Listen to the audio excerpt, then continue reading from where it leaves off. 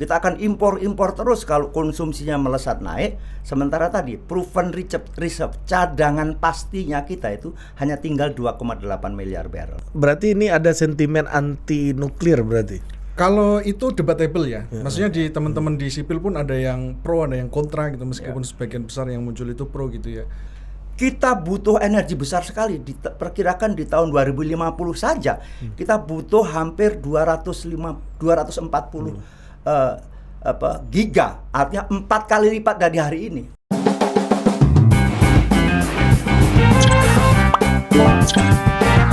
Oke, welcome to Total Politik. Jumpa lagi di konten podcast kita, dan hari ini kita sudah kedatangan 2 orang yang membahas isu-isu kebijakan terkini, yang juga satunya seorang pengamat, yang satunya seorang anggota legislatif, ya, penghuni parlemen kita di Senayan. Oke, Ya. Selamat datang Pak Sugeng Sumaroto dan Mas Hanafi dari PC. Pagi Mas Hanafi. Ya. Pagi. Dan hari ini kita mau ngebahas sebuah isu ya yang lagi rame nih, Mas Hanafi, yaitu soal energi baru terbarukan kan. Ya, apalagi sekarang harga batu bara lagi naik. Ya, betul. Ya kan, jadi juragan-juragan ekstraktif lagi benderanya lagi naik semua, Pak. Ya. Karena harga energi terbarukan ternyata di Eropa juga lagi kacau kan, gara-gara perang Ukraina Rusia ini kan. Iya, bahan bakunya ya. Iya, bahan bakunya. Nah, mungkin mulai dari Pak Sugeng dulu, Pak. Gimana perspektif soal energi baru terbarukan kita hari ini? Apakah masih wacana-wacana aja, apa udah konkret gitu sekarang, Pak? Jadi fakta hari ini menunjukkan bahwa energi fosil itu yang terdiri dari minyak, gas, dan batu bara sudah menjadi masalah yang sangat serius untuk Indonesia. Fosil ya. Satu, keberadaannya. Minyak misalnya. Hari ini minyak kita, atau BBM nanti produknya, kita namanya proven one, P1 istilahnya itu hanya tinggal 2,8 miliar barrel saja. Itu proven one-nya.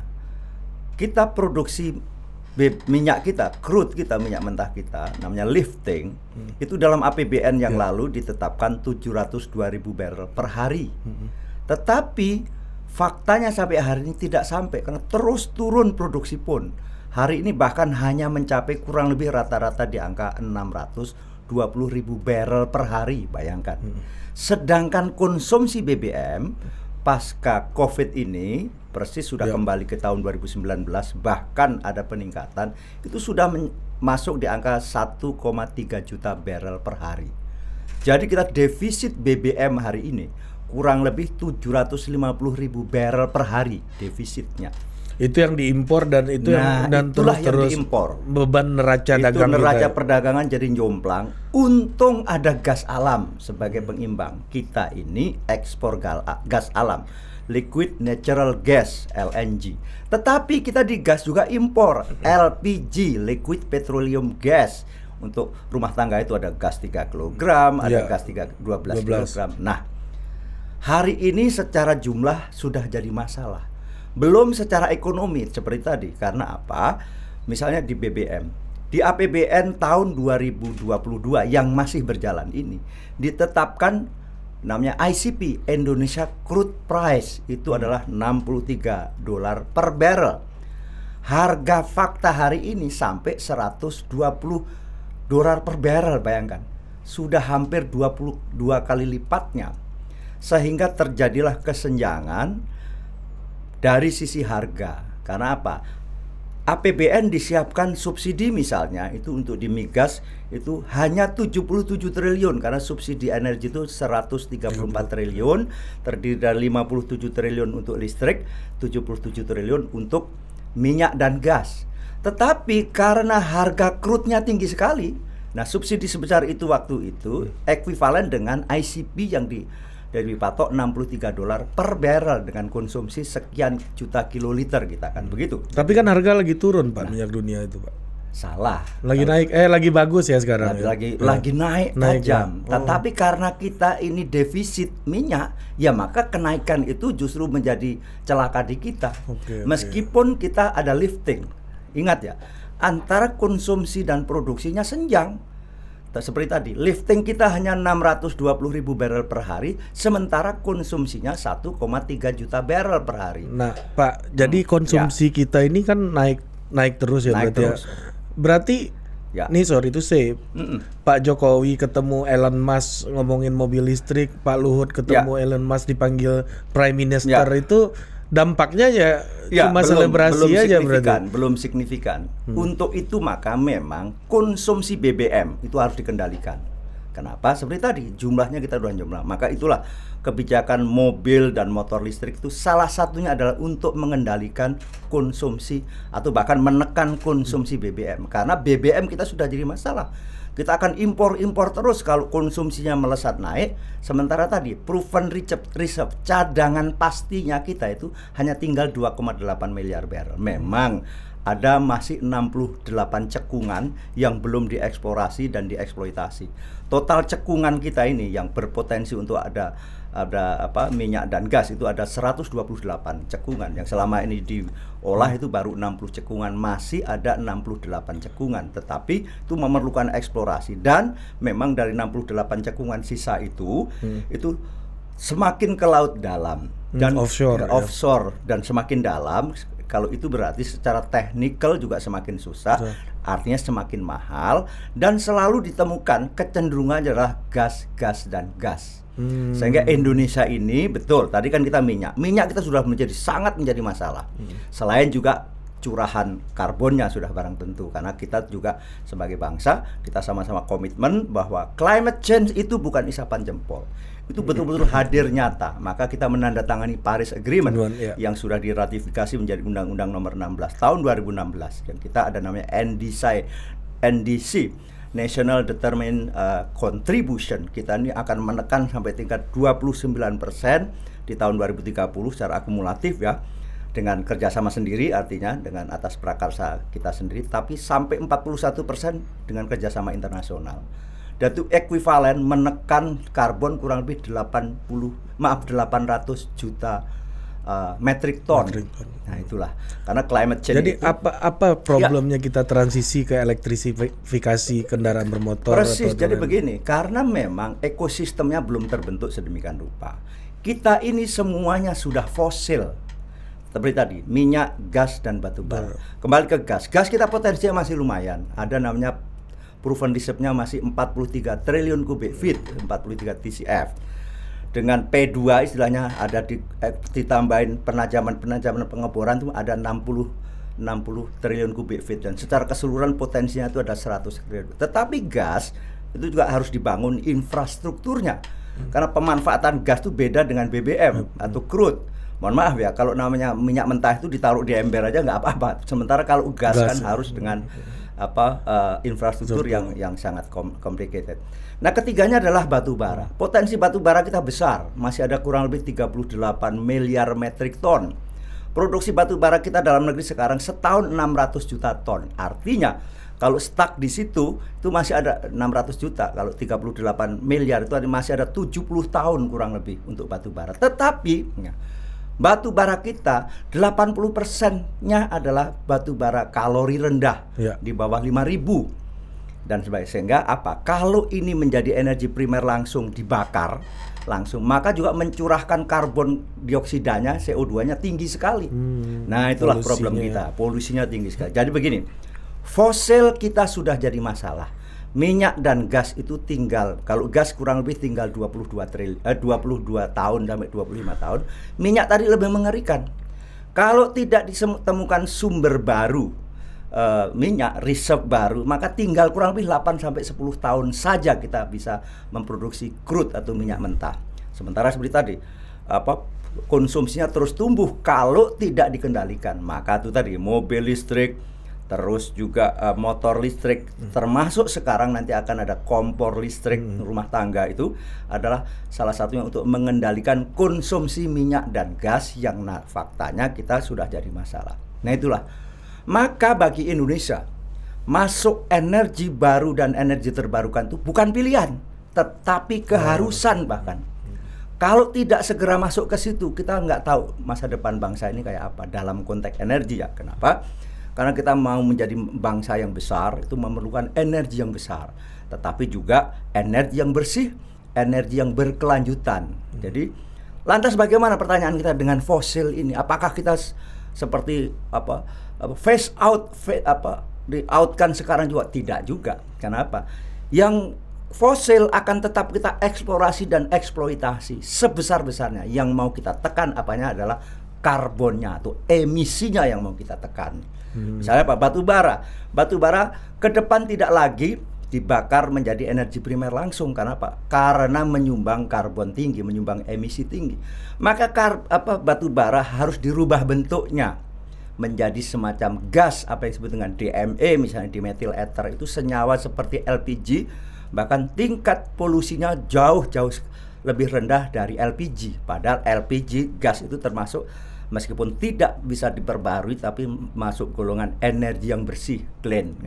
Jadi itulah Komisi 7 yang saya pimpin dengan segenap anggota Komisi 7 yang terdiri dari 9 fraksi sepakat kita harus segera masuk ke energi baru, energi terbarukan. Maka prioritas di tugas di DPR sebagaimana tugasnya juga fungsi legislasi, maka akan segera menyusun undang-undang energi baru dan energi terbarukan. Itulah kenapa? Karena fosil sudah jadi masalah, baik sifatnya, jumlahnya maupun secara ekonomi. Sementara kita di energi baru terbarukan kita banyak sekali potensi. Kita punya matahari yang itu sampai proven one-nya itu sudah dihitung oleh World Bank, udah proven. Kita ada sampai 220 giga. Nah ingat, Indonesia hari ini adalah kurang lebih 65 giga saja se-Indonesia hari ini listrik kita.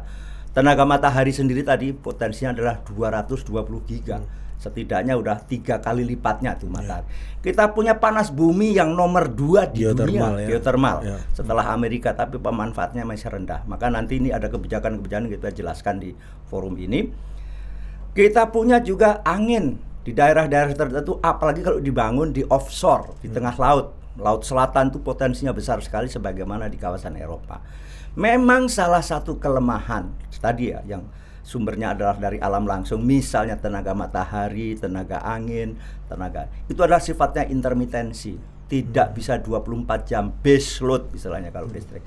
Maka itulah yang diperlukan untuk energi baru terbarukan itu nanti adalah energy storage atau battery storage. Kita beruntung sebagai bangsa karena energy storage itu komponennya terdiri hari ini memang teknologi lithium, lithium, ada nikel dan kobalt. Kita itu kaya nikel dan kobalt juga cukup, tetapi kita tidak punya lithium cukup banyak. Ini yang menjelaskan juga kenapa misalnya Tesla tidak dengan serta-merta lantas mau di Indonesia, karena menyangkut juga dalam konteks jangka panjang lithiumnya memang kita masih sangat kurang. Inilah yang sedang kita diskusikan di level pembuat kebijakan, di level bagaimana kita nanti membangun negara ini segera menjadi juga basis pembangunan industri atau produksi energi storage. Jadi semacam kayak aki tapi besar, daya kapasitasnya bisa tahan dan sebagainya. Aki buat satu pulau lah gitu ya Pak ya. Begitulah gambarannya kurang lebih itu.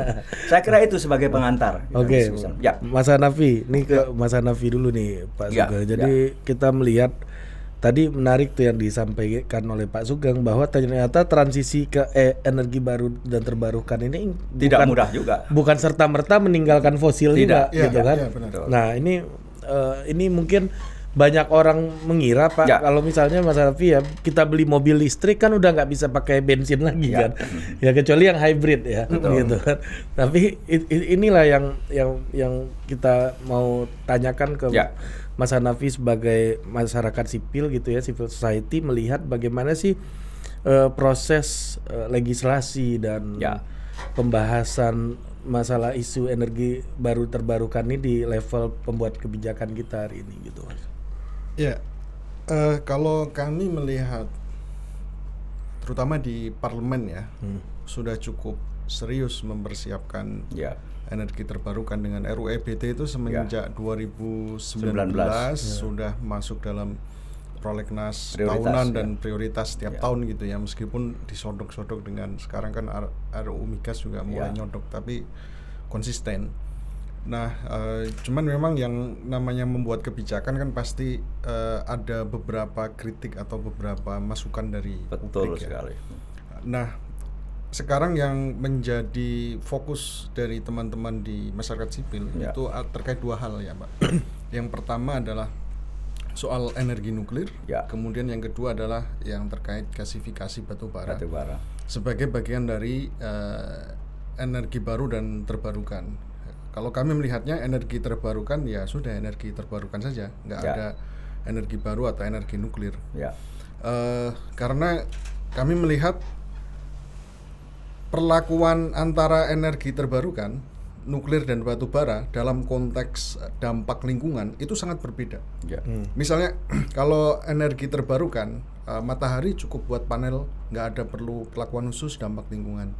Atau air mungkin ada beberapa yang perlu dilakukan terkait dengan ekstraksinya gitu ya, dan itu tidak sebesar kalau itu energi fosil gitu ya, dampak lingkungannya gitu. Tapi kalau misalnya nuklir itu kan dia butuh pengolahan sampah radioaktif yang itu butuh effort yang tersendiri, yang bisa jadi mahalnya itu hampir sama dengan modal yang dibutuhkan gitu ya.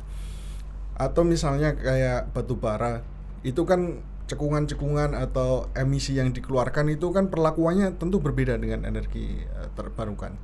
Nah, itu yang kemudian menjadi concern dari teman-teman masyarakat sipil. Ya. Hal kedua, kemudian kenapa tidak energi nuklir ini dan batu bara ini diambil saja dari energi RUU EBT ini, dimasukkan ke Undang-Undang ketenaga nukliran Betul. atau ketenaga listrikan, atau yang satu lagi digeser ke Undang-Undang Minerba gitu ya. Jadi memang ET ini khusus ya, memang terkait dengan sumber energi yang terbarukan dan membutuhkan perlakuan khusus gitu ya, secara dampak lingkungannya, secara sumber energinya dan lain sebagainya gitu ya. Inilah yang kemudian menjadi poin pandangan teman-teman di sipil ya, secara hukum, karena kalau ini disatukan ketika undang-undang ini disahkan, itu kan memposisikan energi nuklir dan energi batu bara itu setara dengan energi terbarukan. Tapi berarti ini ada sentimen anti nuklir berarti. Kalau itu debatable ya, maksudnya di teman-teman di sipil pun ada yang pro, ada yang kontra gitu, meskipun sebagian besar yang muncul itu pro gitu ya. Tapi ini kita melihat dari kerangka hukumnya gitu ya, sehingga kita khawatirkan kalau ini dijadikan satu RUU antara energi yang berbasis nuklir dan masih ada fosil batu bara, kemudian juga energi terbarukan diperlakukan sama, nanti prioritasnya bukan energi terbarukan, tapi malah ke yang dua, nuklir sama Batu bara olahan batu bara ini. Ya.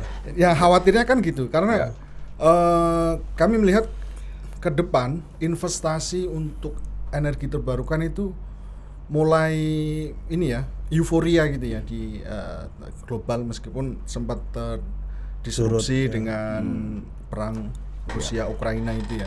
Tapi ke depan trennya akan tinggi dengan Elon Musk yang kita tahu popularitasnya sangat tinggi dan dia itu kan followernya banyak, apalagi investor-investor gitu. Nah, khawatirnya kan nanti kemudian gesernya ke sana, bukan ke energi terbarukannya, padahal ini butuh investasi yang sangat besar gitu dalam konteks transisi energi, apalagi sekarang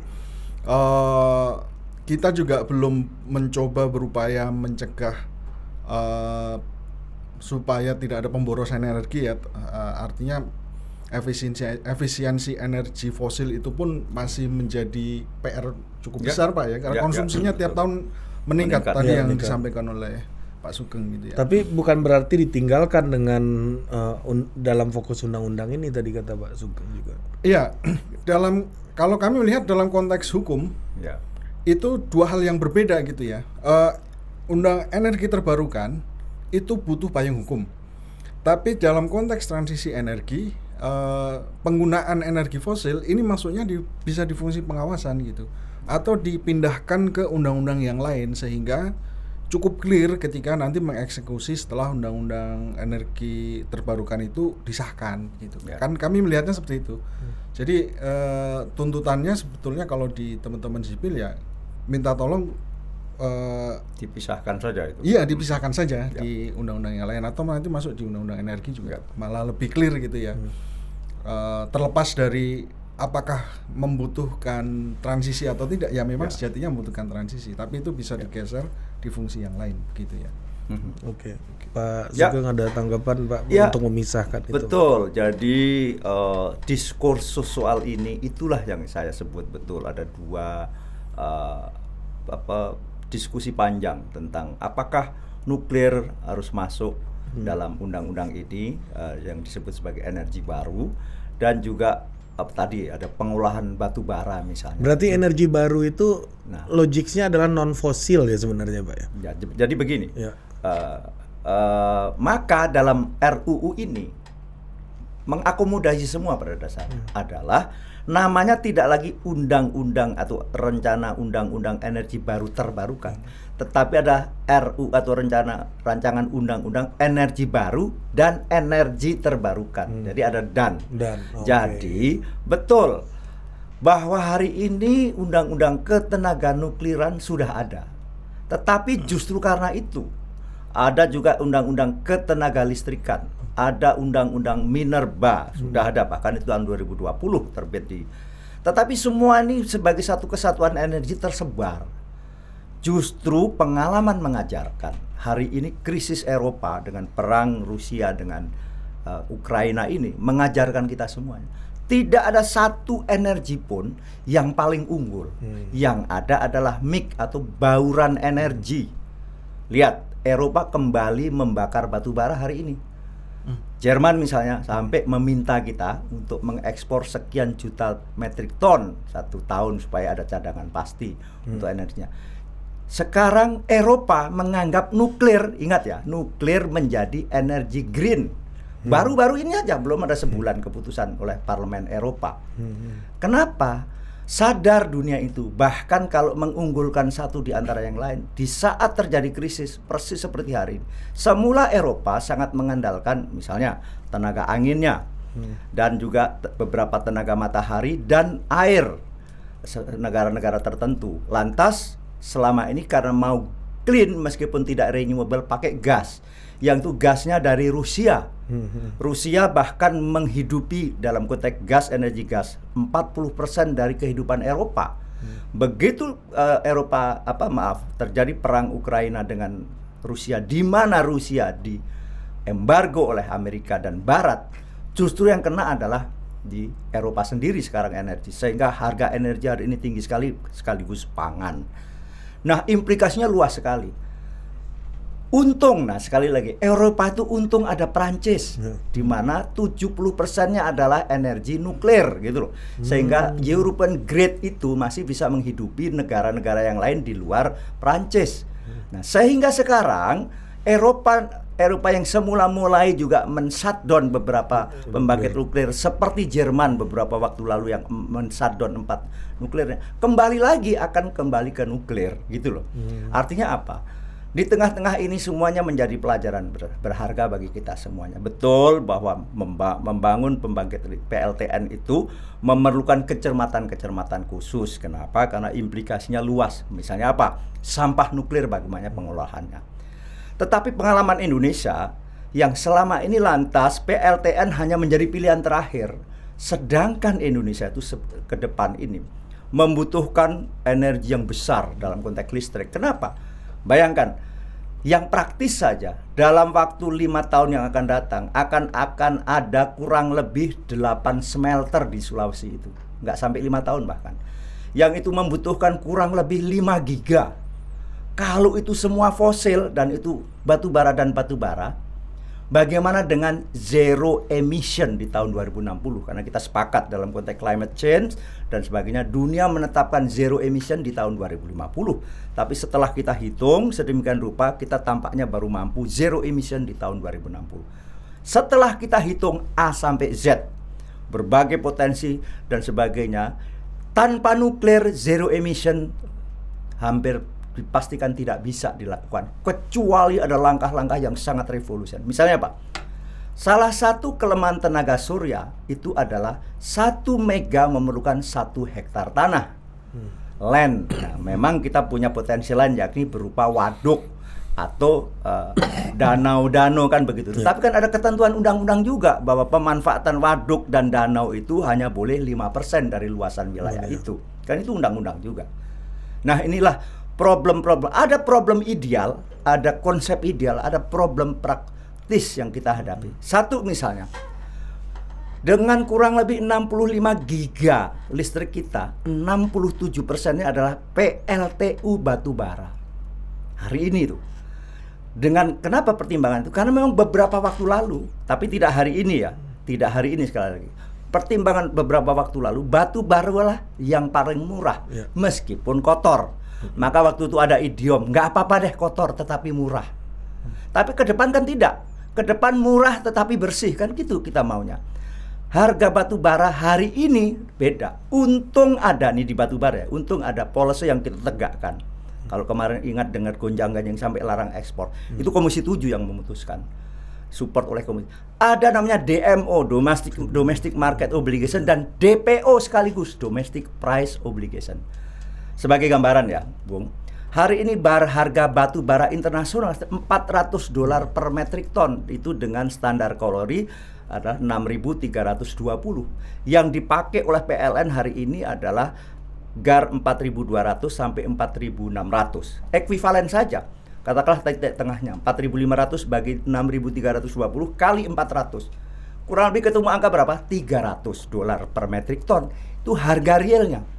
Tetapi ada DPO namanya Domestic Price Obligation yang hanya $70 per ton. Itu harga GAR 6.300. Maka kalau GAR 4.500, yang 4.500 bagi 6.300 kali 70. PLN hari ini hanya beli batu bara harganya $60 dibandingkan harga internasional $300. 5 kali lipat. Kenapa demikian? Kita menganggap memang listrik adalah merupakan kebutuhan pokok. Naiknya listrik itu akan sangat berpengaruh terhadap daya beli masyarakat, di mana kita belum mampu. Hari ini kita akan perhatian di situ adalah kemampuan daya beli masyarakat di saat masyarakat baru pulih pasca Covid, kehantam sekarang. Harga energi semuanya tinggi sekali. Belum tadi misalnya gas 3 kg itu, Bung. Harga realnya per kilo adalah 15.000. Harga realnya. Tetapi kalau agen itu menebus ke Pertamina 1 kilonya 4.000. Jadi kalau 3 kilo itu 12.000. Plus ini plus itu dan sebagainya sampai kepada pemakai itu sampai namanya harga eceran tertinggi yang ditetapkan oleh pemerintah daerah biasanya kalau di Pulau Jawa antara 20 sampai 21.000, kan begitu.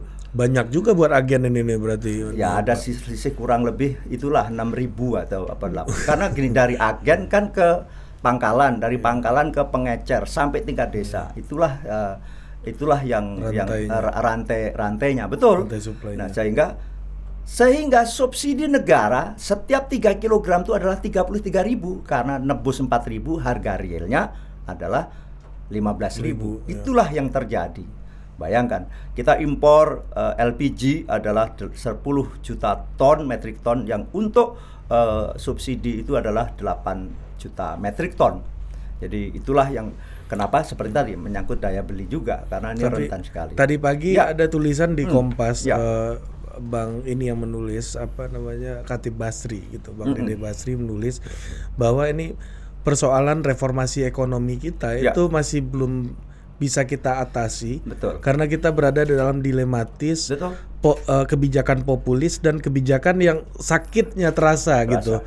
Jadi kita masih subsidi banyak untuk yang bayar gas segala macam. Bayar gas, BBM. Contoh tadi, Pertalite itu harga keekonomiannya adalah 12.500. Hari ini dijual harga 7.600. Subsidi berapa? 5.000-an. Pertamax harga keekonomiannya 16.000. Hari ini dijual berapa? 12.500. Itu subsidi 3.500. Gas 3 kg seperti tadi, harga keekonomiannya adalah 15.000 per kilo. Sebagaimana harga gas 12 kg yang tidak disubsidi kan, per kilonya adalah 15.000. Tapi untuk gas melon itu yang 3 kilo itu harga eceran tertinggi per 3 kilo di masing-masing kabupaten kota itu adalah tertingginya 21.000. Bayangkan, senjang betul. Sehingga apa? Ketidak tepat sasarannya tinggi. Nah, energi terbarukan ini apakah beban negara juga akan seberat itu nanti? Nah, Bang? nantinya kalau masuk ke energi baru terbarukan sangat-sangat membantu. Kenapa? Energi baru terbarukan itu besar di capex di depan. Tetapi OPEC-nya adalah capex capital expenditure-nya. Misalnya seperti tadi, tenaga surya, tenaga surya adalah mahal di lahannya.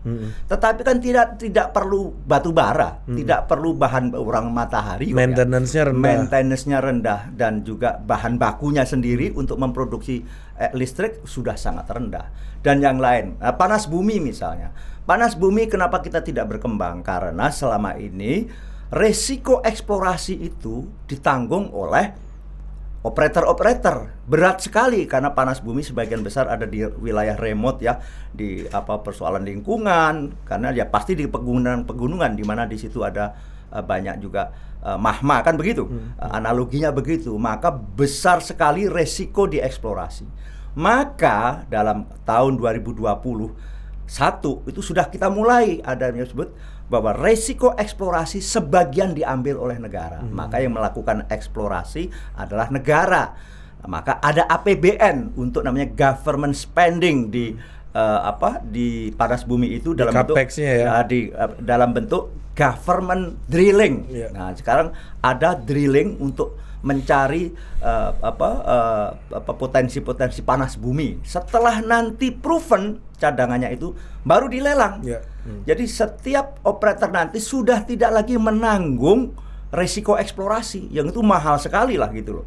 Maka itulah insya Allah dengan kebijakan ini ke depan panas bumi akan berkembang baik di Indonesia karena potensinya luar biasa besar. Potensi panas bumi di Indonesia ada kurang lebih sampai 65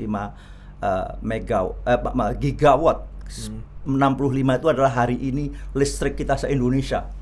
Jadi panas bumi sampai bisa mengcover itu untuk kita hari ini. Tetapi pemanfaatannya masih sangat rendah karena seperti tadi resiko eksplorasinya sangat tinggi. Dan kedua adalah memang akhirnya dari sisi harga.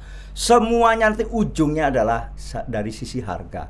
Masyarakat kan mau atau butuh adalah energi yang murah untuk hari ini. Kita ini sebagai bangsa rata-rata konsumsi listriknya masih kategori rendah di kawasan ASEAN ini. Kita baru 1.500 kilowatt jam, sedangkan kayak Malaysia itu sudah mencapai 4.000 sekian, Thailand juga demikian, bahkan sampai 7.000 Singapura dan sebagainya.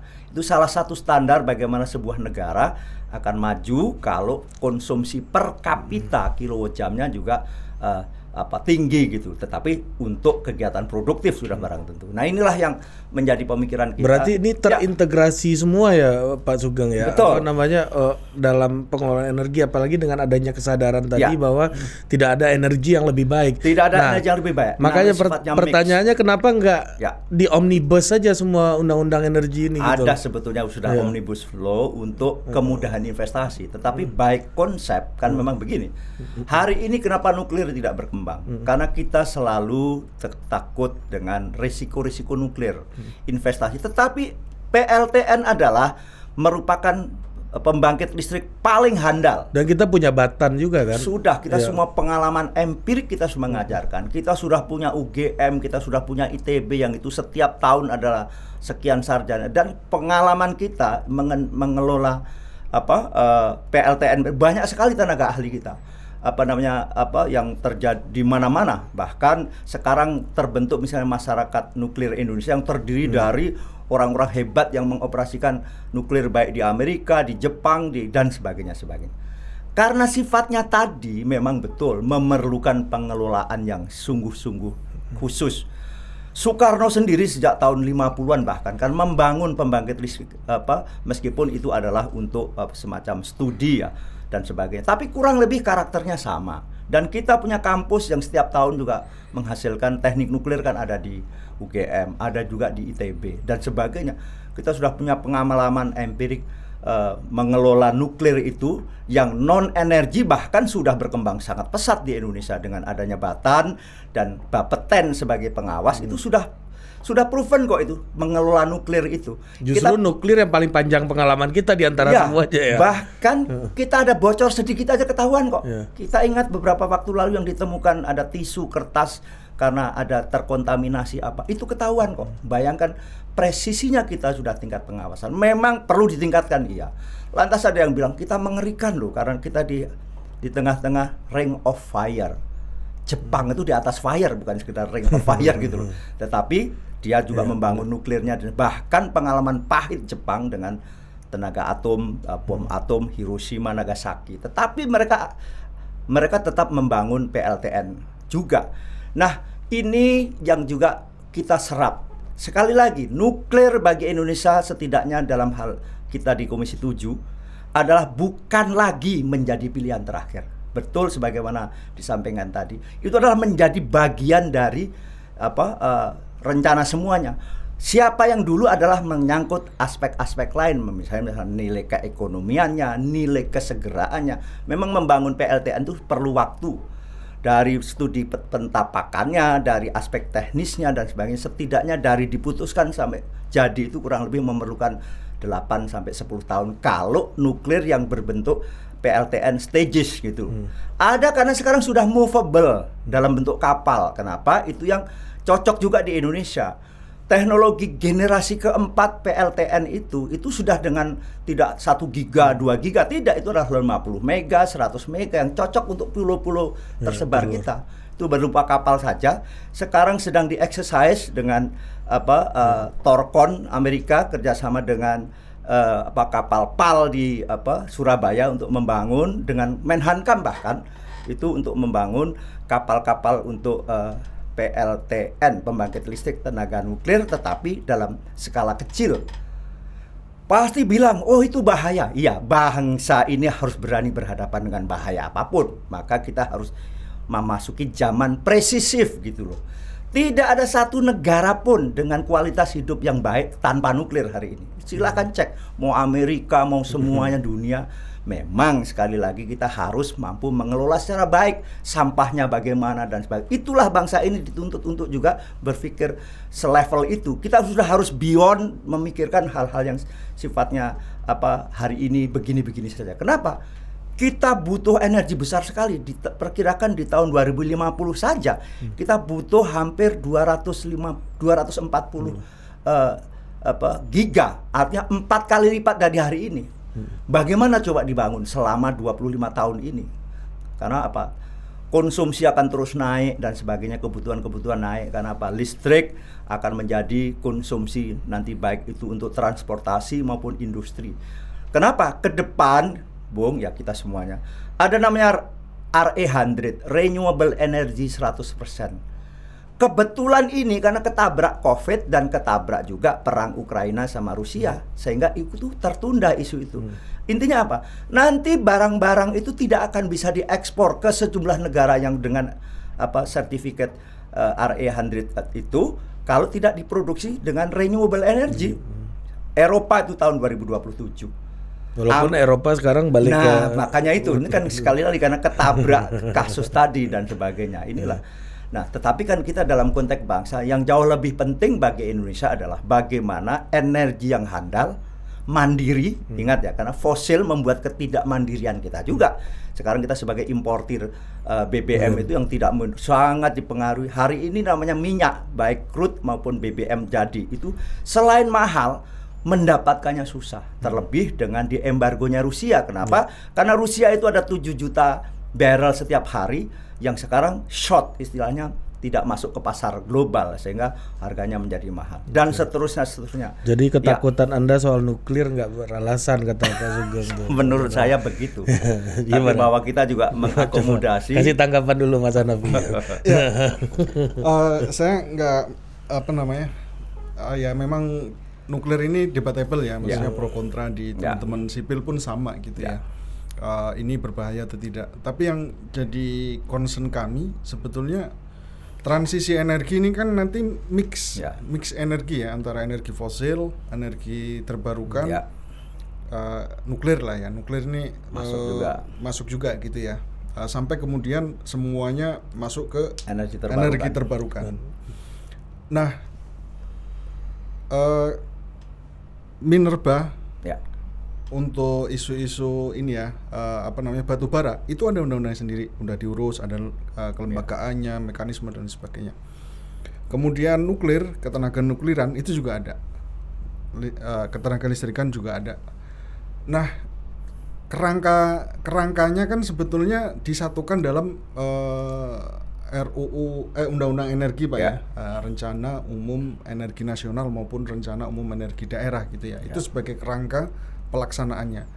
Nah, energi terbarukan ini harusnya diurus sendiri dong, jangan dicampuri gitu loh dengan hal lain. Oke lah, pro kontra terkait nuklir dan lain sebagainya kita kesampingkan dulu. Ini kita coba berpikir clear dulu bahwa kita mendorong sesuatu sesuai proporsinya.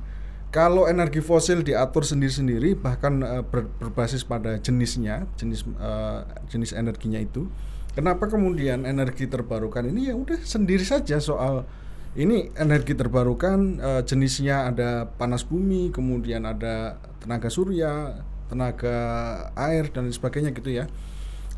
Itu pengurusannya sendiri gitu lah.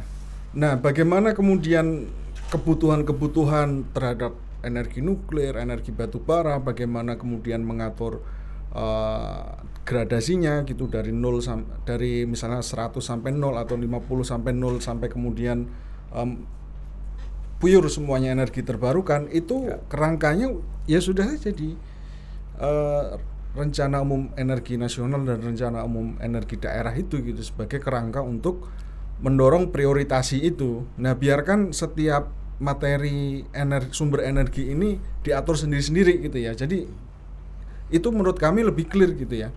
Karena kalau masuk ke substansi energi nuklir itu berbahaya atau tidak, itu debatable gitu ya.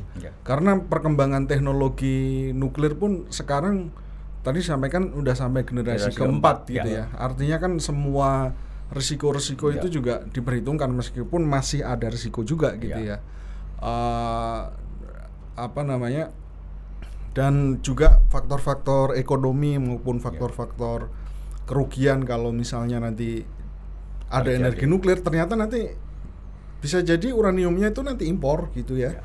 Itu juga masih diperdebatkan oleh teman-teman. Yang jadi fokus kami ya itu bagaimana kemudian memproporsikan hal-hal yang terkait sumber energi ini pada tempatnya, dan ketika jadi kebijakan itu dalam RUU Undang-Undang Energi sebagai basis untuk mendorong mix energi itu semua. Transisinya itu ada di situ gitu loh.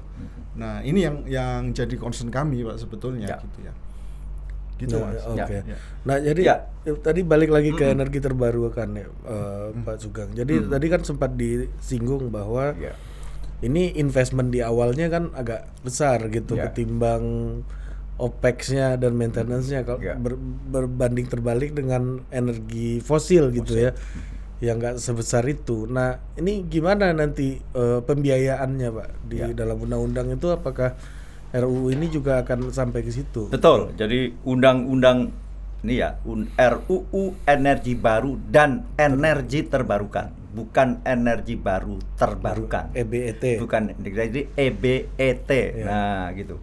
Kenapa? Ya memang betul, secara spesifik masing-masing punya kekhasan sehingga perlu dibahas secara khusus. Jadi tidak di-generate istilahnya. Jadi undang-undang energi baru dan energi terbarukan. Nah, konstruksi berpikir kita adalah bahwa RUU ini adalah menyediakan payung baik energi baru maupun energi terbarukan, di mana masing-masing energi baru dan energi terbarukan itu memiliki karakteristik yang tetapi tetap dalam kerangka energi baru dan terbarukan, karena ke depan namanya lawan dari fosil itu ya energi baru, energi terbarukan. Nah, di mana seperti tadi karena juga mengakomodasi proses-proses transisi, maka juga mengatur fosil untuk menuju ke energi terbarukan. Apa bentuknya? Adalah disinsentif kalau fosilnya. Kalau insentif adalah di energi terbarukan ketika mendevelop. Nah, begitu. Misalnya begini. Sekali lagi kita sudah kadung dalam 35.000 megawatt misalnya, atau 35 giga yang dicanangkan tahun 2015 sampai tahun 2030. Itu semua batu bara. Mau apa tuh dengan keadaan ini? Kalau itu lantas dengan serta-merta di shutdown, kasus pengalaman karena apa? Ya kita akan menghadapi proses arbitrase yang bisa saja kalah. Kedua memang karena sekarang dilindungi batu bara itu dengan DMO dan DPO kan gitu. Kalau tidak harganya 5 kali lipat loh. Listrik hari ini realnya adalah 5 kali lipat dari hari ini. PLN hari ini menjual listrik itu adalah Rp1.250.000 per kilowatt jam. Bayangkan kalau 5 kali lipatnya artinya berapa? 6.000. Itu besar sekali. Nah, maka dari itu undang-undang ini juga sekali lagi mengakomodir transisi itu karena ada sebuah fakta.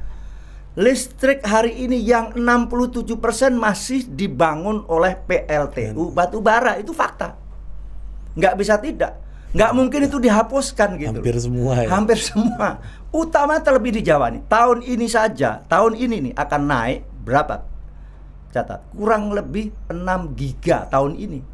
2 giga tuh di Batang ya, 2 kali 1.000. 2 kali 1.000 kan gitu. 1 giga juga ada 500, 300, ada dan sebagainya. Totalnya 6.000 megawatt. Ingat, 1.000 megawatt atau 1 giga tuh mengkonsumsi batu bara kurang lebih 4,5 juta ton setahun. Bayangkan, ini fakta kita hari ini, di mana inilah juga yang hari ini menjadi penyangga listrik masyarakat kita. Sehingga kemarin waktu itu bayangkan kalau kita tidak larang ekspor sebentar, di mana stockpile di masing-masing pembangkit listrik tinggal 3 hari, bisa blackout ini Pulau Jawa. Itu kenapa? Karena semua batu bara diekspor. Dilempar keluar. Diekspor karena harganya naik 5 kali lipat. Bayangkan. Maka dikenakan hukum namanya DMO, Domestic Market Obligation, bahkan dinaikkan. Untuk apa? Untuk mencukupi kebutuhan PLN, karena faktanya itu masih 67%. Memang tidak menyerah begitu saja kita. Kita juga akan ada 2 pendekatan. Dari yang sudah terlanjur dibangun pembangkit listrik tenaga uap atau PLTU batubara dikenakan keharusan-keharusan. 1, secara luncuran karbon ditentukan maksimal sekian ada itu hitung-hitungannya. Maka dipakai apa yang disebut dengan super critical. Secara mesinnya lah gitu, blowernya ini itu ada aspek teknis. Kedua, harus juga dilakukan namanya co-firing. Cepat atau lambat juga harus diturunkan dengan macam-macam. Ada biomas berupa pellet dari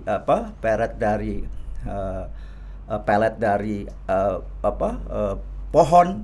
Ya, tetapi lagi-lagi jangan juga sampai deforestasi kan begitu. Nanti bagaimana kita mau ini kalau lantas babat hutan juga. Ini yang terus ditekankan. Maka dari itu bicara tentang energi di kita, semua kita hari ini bahkan harus related dengan zero emission di tahun 2060.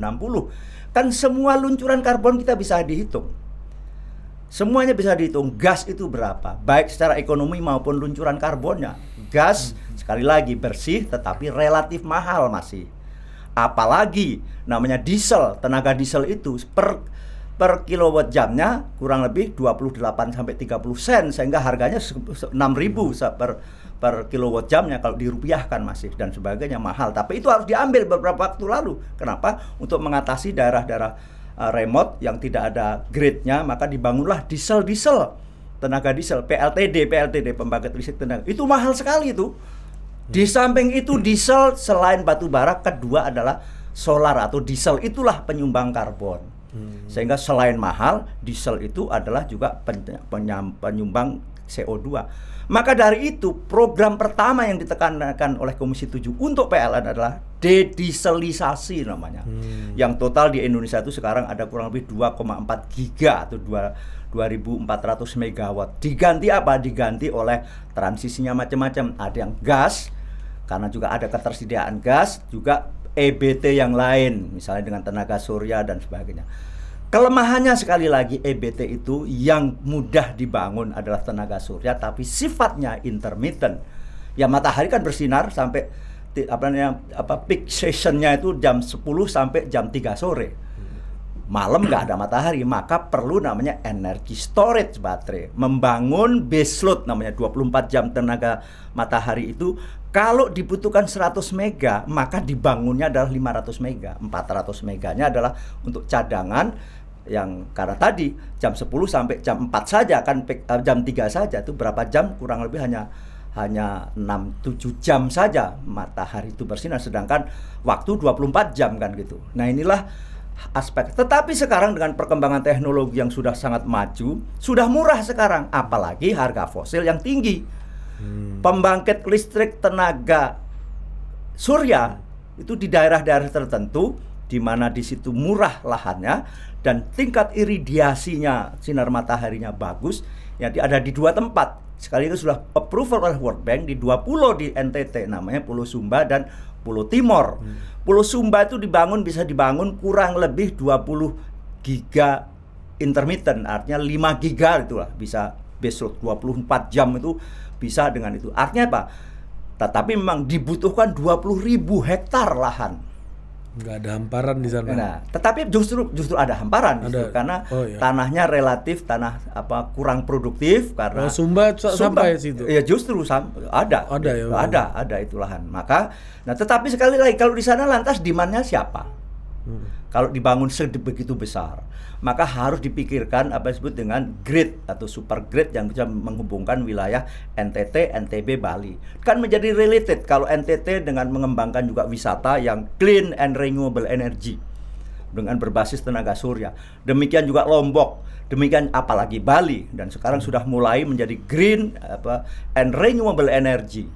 Energinya adalah dari tenaga surya yang diproduksi misalnya di Lombok, disalurkan dengan hari ini harganya sampai kita hitung sudah mampu sampai tingkat 16 sen dolar per kilowatt jam, sudah sama kurang lebih dengan harga gas.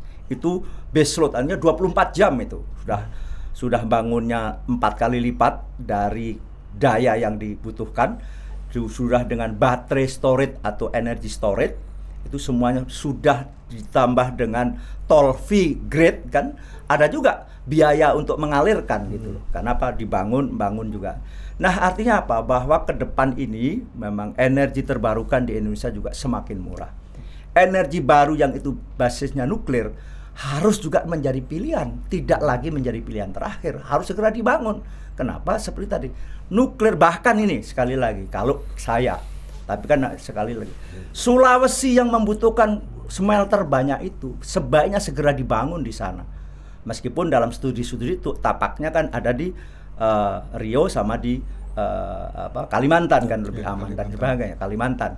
Kalau saya akan putuskan sebaiknya dibangun PLTN di Sulawesi. Untuk apa? Untuk smelter, industri-industri mining yang besar di sana yang menyerap energi besar sekali. Kenapa? Membutuhkan kepastian energi. Nuklir PLTN adalah salah satu keunggulannya adalah handal, dia operasi 24 jam dan murah dalam jangka panjangnya. Investasinya mahal, tapi kemudian per kilowatt jamnya Eropa Timur tuh hidup semuanya karena energi nuklir, sehingga tidak terjadi guncangan-guncangan yang berarti ketika terjadi krisis-krisis energi seperti hari ini, karena listriknya dia sudah memadai dengan tenaga. Berarti kayak di Prancis itu nuklir tuh kayak PLTU di kita ya berarti. Iya, sama persis. Iya, jumlahnya segitu. Jumlahnya segitu besar. Okay. Jadi itulah lagi-lagi ini menjadi diskursus masyarakat, tapi Komisi 7 meng-announce bahwa nuklir tidak lagi menjadi pilihan terakhir. Nuklir adalah bagian integral dari energy mix atau bauran energi kita. Karena apa? Kita kan ada target bauran. Di tahun 2025 itu energi baru terbarukan 23%. Sementara hari ini baru berapa? Baru 12%. Bagaimana dengan 13% dicapai hanya waktu kurang lebih 3 tahun? Hampir muskil memang. Tapi apakah bisa? Kalau punya keputusan yang decisive, bisa. Karena mengandekan harus dibangun kurang lebih 6 atau 8 giga lagi tenaga EBT. Yaitu tadi, bangunlah misalnya solar farm itu tenaga surya yang karena skala ekonominya semakin murah kalau semakin besar. Bangunlah segera diputuskan misalnya nuklir, misalnya demikian. Katakanlah yang tidak besar tetapi banyak, misalnya yang 100 mega 4 kapal 5 kapal gitu misalnya. Dan itu untuk kecukupan kehandalan energi di pulau-pulau kita kan gitu. Energi atau listrik khususnya dan lebih umum energi bagian integral dari keadilan sosial bagi seluruh rakyat Indonesia. Kita tidak boleh, Jakarta kan nyaman 24 jam tidak pernah biarpet. Bagaimana dengan masyarakat kita? Yang giliran itu ya Allah, kita sampai saya sering sekali. Besok saya Kamis akan kunjungan ke Sulawesi yang termasuk dalam tentang listrik juga. Bagaimana keadilan masyarakat itu? Dan itu hanya bisa ditempuh kalau ketersediaan listriknya handal. Tetapi kan tidak cukup di situ, handal dan bersih. Kan kita gitu kan, ada climate change, karena ada Paris Agreement dan kita sepakat di situ. Agak menarik, Bung, bahwa generasi Z ya dalam survei oleh World Bank oleh UNDP bekerja sama dengan Oxford University. Dari responden 1,2 juta menyatakan dunia ini, ancaman dunia bukan perang ternyata hari, tetapi climate change. Kan betul? Gen Z paling tinggi. Paling tinggi. Untuk di Indonesia menarik. Ancaman bagi Indonesia pertama adalah korupsi. Kedua apa? Climate change juga. Masuk. Generasi Z.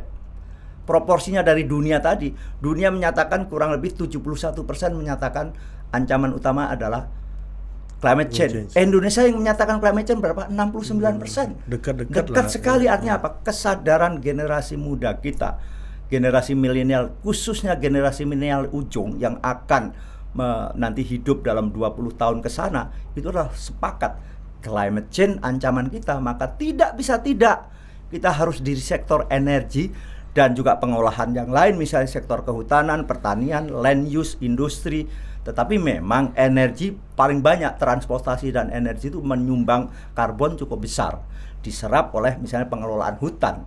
Itu kesadarannya sampai tingkat itu. Maka sekarang inilah waktunya kita merumuskan undang-undang energi baru dan energi terbarukan. Oke, Pak Sugeng. Begitu. Ini kita kalau Pak Anies menang pemilu udah tahu kita Menteri SDM-nya nih.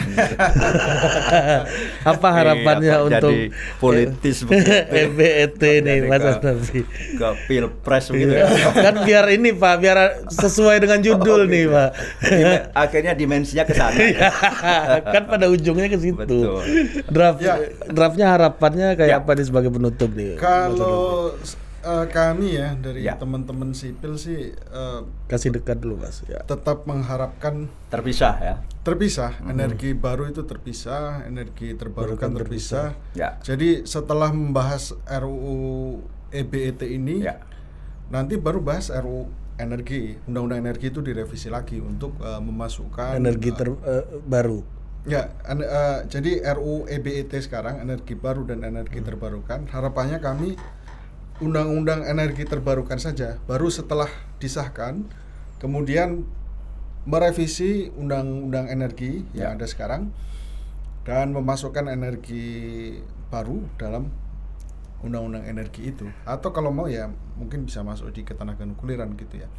Karena kalau sekarang kan yang lagi nyodok itu RUU Migas, Pak ya, revisi undang-undang Migas ya. Daripada membahas fosil lagi, mending ya itu saja aspirasinya terproporsionalisasi dalam kerangka hukum yang lebih tepat gitu ya, sehingga antara sumber energi ini tidak campur aduk gitu. Tumpang tindih ya. Tidak tumpang tindih. Saya kira itu sih harapan kami semua di situ.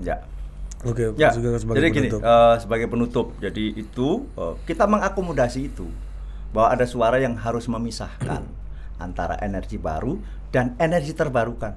Mbok iyao, mother yes gitu loh. Mbok iyao, energi terbarukan saja. Jangan membahas energi baru di mana ada nuklir kan gitu. Nah, justru itu selama ini ada gitu. Tetapi nuklir tidak bergerak gitu kalau tidak dalam satu payung menjadi energi baru dan energi terbarukan. Undang-undang ini memayungi keduanya itu sampai tingkat-tingkat detail, perlunya di bentuk badan khusus misalnya di ini dan seterusnya. Sehingga begini, kita menatap masa depan sekali lagi semua harus related dengan zero emission di tahun 2060. Without nuclear, tanpa nuklir nggak bisa itu kalau kita hitung.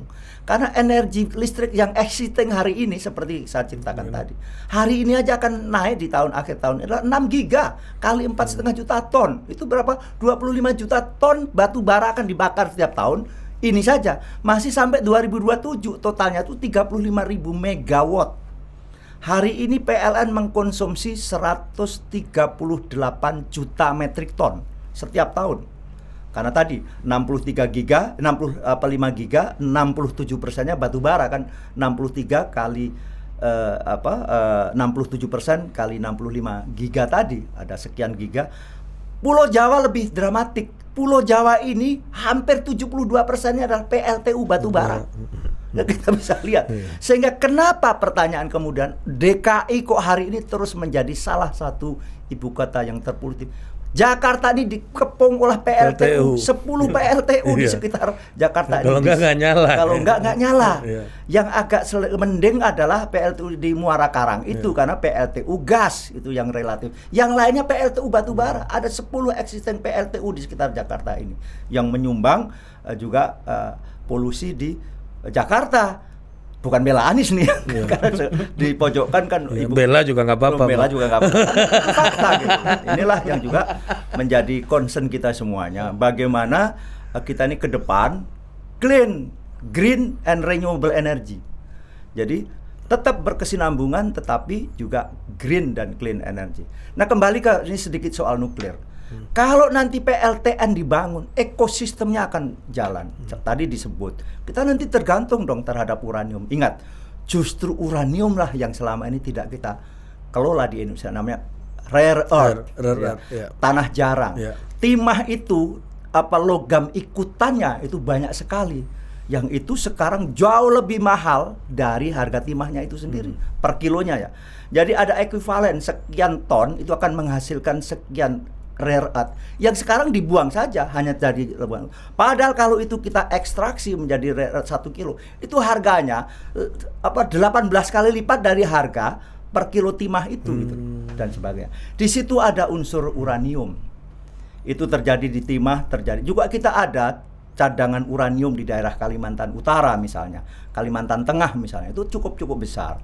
Selama ini memang kita tidak pernah mengoptimalkan ini karena kita selalu dikatakan bahwa Indonesia, apalagi dalam konteks ASEAN kan memang ada dulu ZOFAN, zona of peace and nuclear netral kan begitu. Tapi kan dalam konteks senjata gitu.